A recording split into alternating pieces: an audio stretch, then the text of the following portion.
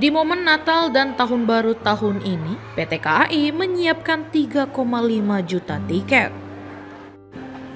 Dari jumlah tersebut, sekitar 2,2 juta tiket atau sekitar 82% sudah terjual.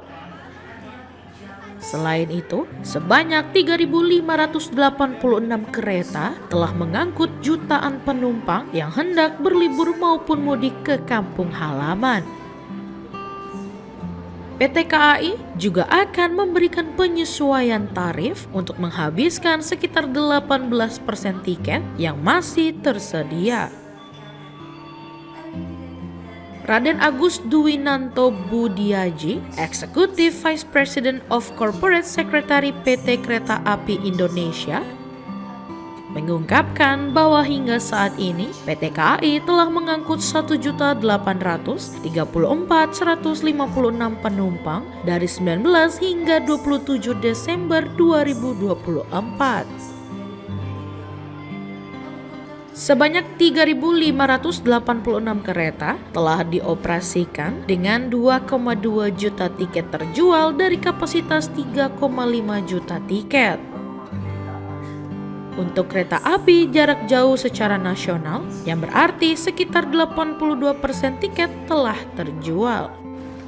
Meskipun demikian, masih ada sekitar 18% tiket yang belum terjual. Dia juga menjelaskan bahwa prediksi puncak arus balik libur Natal dan Tahun Baru pada tahun ini akan terjadi lebih awal, yaitu pada 29 Desember 2024 dibandingkan dengan tahun sebelumnya yang biasanya terjadi pada 2 atau 3 Januari. Hal ini dipengaruhi oleh perbedaan pola hari, pola pemesanan, dan fluktuasi yang terjadi. Meski demikian, PT KAI memproyeksikan total kenaikan penumpang tetap tinggi. Raden Agus menambahkan bahwa penumpang yang naik turun secara nasional termasuk dari stasiun-stasiun besar seperti Pasar Senen, Stasiun Yogyakarta, Gambir, Semarang, Tawang, dan Surabaya menunjukkan angka yang signifikan dengan rata-rata 213.000 penumpang. Sementara itu, puncak arus balik libur Natal dan Tahun Baru 2025 diprediksi terjadi pada 29 Desember 2024 mendatang. Kondisi ini berbeda dengan tahun sebelumnya, di mana puncak arus balik terjadi pada 2 atau 3 Januari.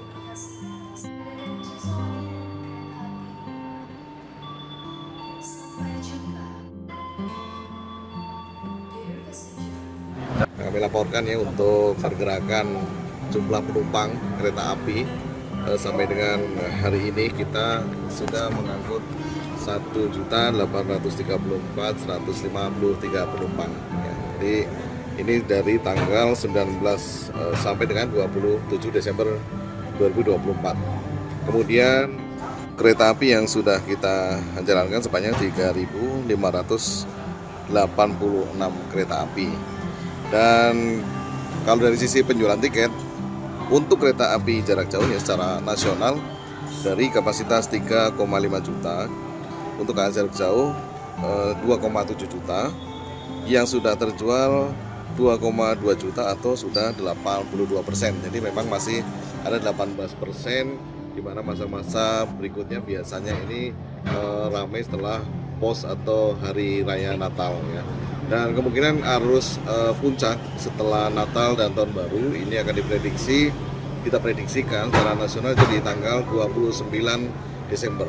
Jadi memang lebih awal dibandingkan dengan tanggal 1 atau tanggal 2. Biasanya pergerakan di puncak pun dengan puncak kedua, puncak ketiga itu tidak terlalu jauh bedanya.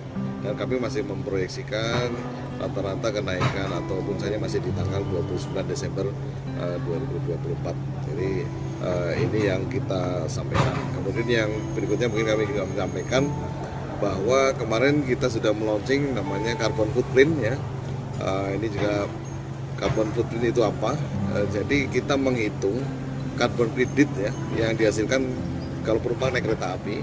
Ini sudah kita bisa lihat, para penumpang kita bisa melihat di e-boarding pass atau tiket atau di boarding pass, di situ ada perhitungannya, misalkan dari Bandung ke Jakarta, Bandung ke Yogyakarta, Bandung ke Surabaya, kita sudah hitungkan berapa sih carbon kreditnya. Alhamdulillah PT Kereta Api Indonesia berdasarkan hasil Standard & Poor's ya, penilaian ESG secara internasional, kita menduduki peringkat ke-41.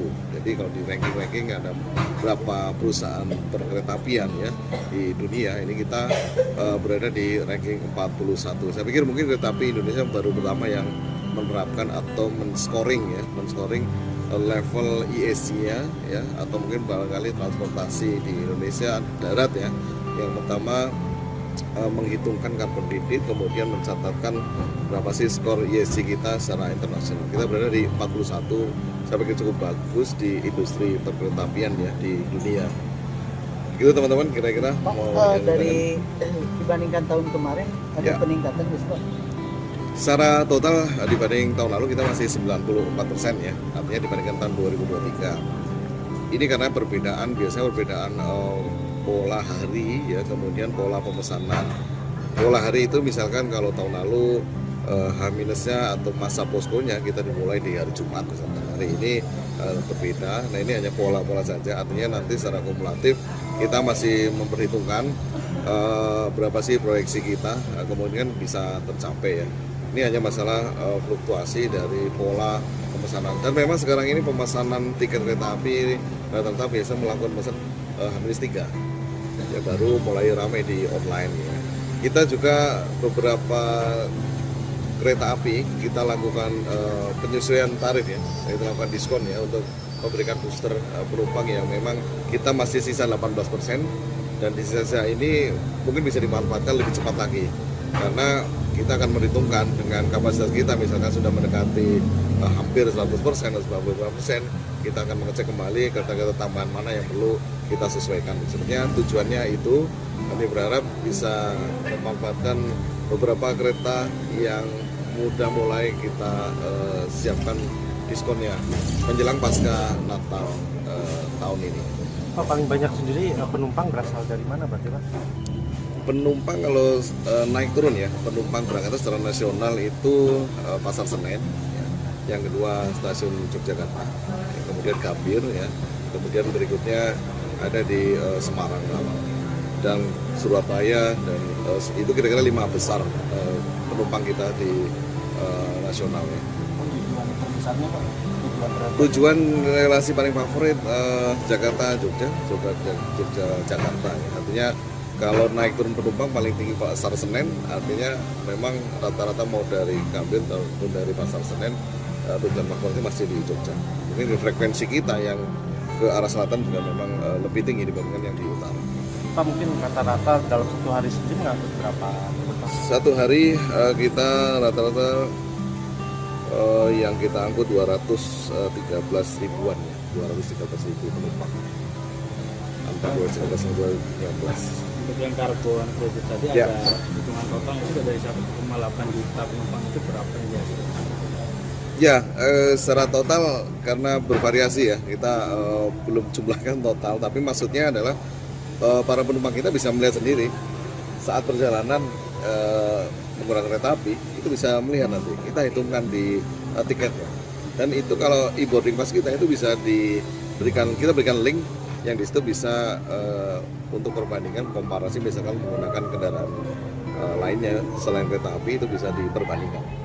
Sebenarnya kita ingin memberikan edukasi bahwa dengan naik kereta api ya, yang ramah lingkungan, itu realnya hitungannya itulah namanya carbon credit. Nah, sebenarnya kita ingin memberikan edukasi juga bahwa yang namanya ramah lingkungan berapa sih perbandingan carbon creditnya, itu yang kita mau sampaikan. Pak, mungkin terakhir Pak terkait prediksi arus balik biar seperti apa juga. Arus balik kita prediksikan tanggal 29 Desember secara nasional ya. Tapi rata-rata di Bandung pun mungkin sama ya. Kita lihat proyeksi dari penumpang 29 Desember 2024, artinya memang lebih awal dibandingkan dengan tanggal 1 ya, hari tahun baru, kemudian tanggal 2 yang biasanya juga cukup ramai. Ini lebih awal kalau prediksi di kami.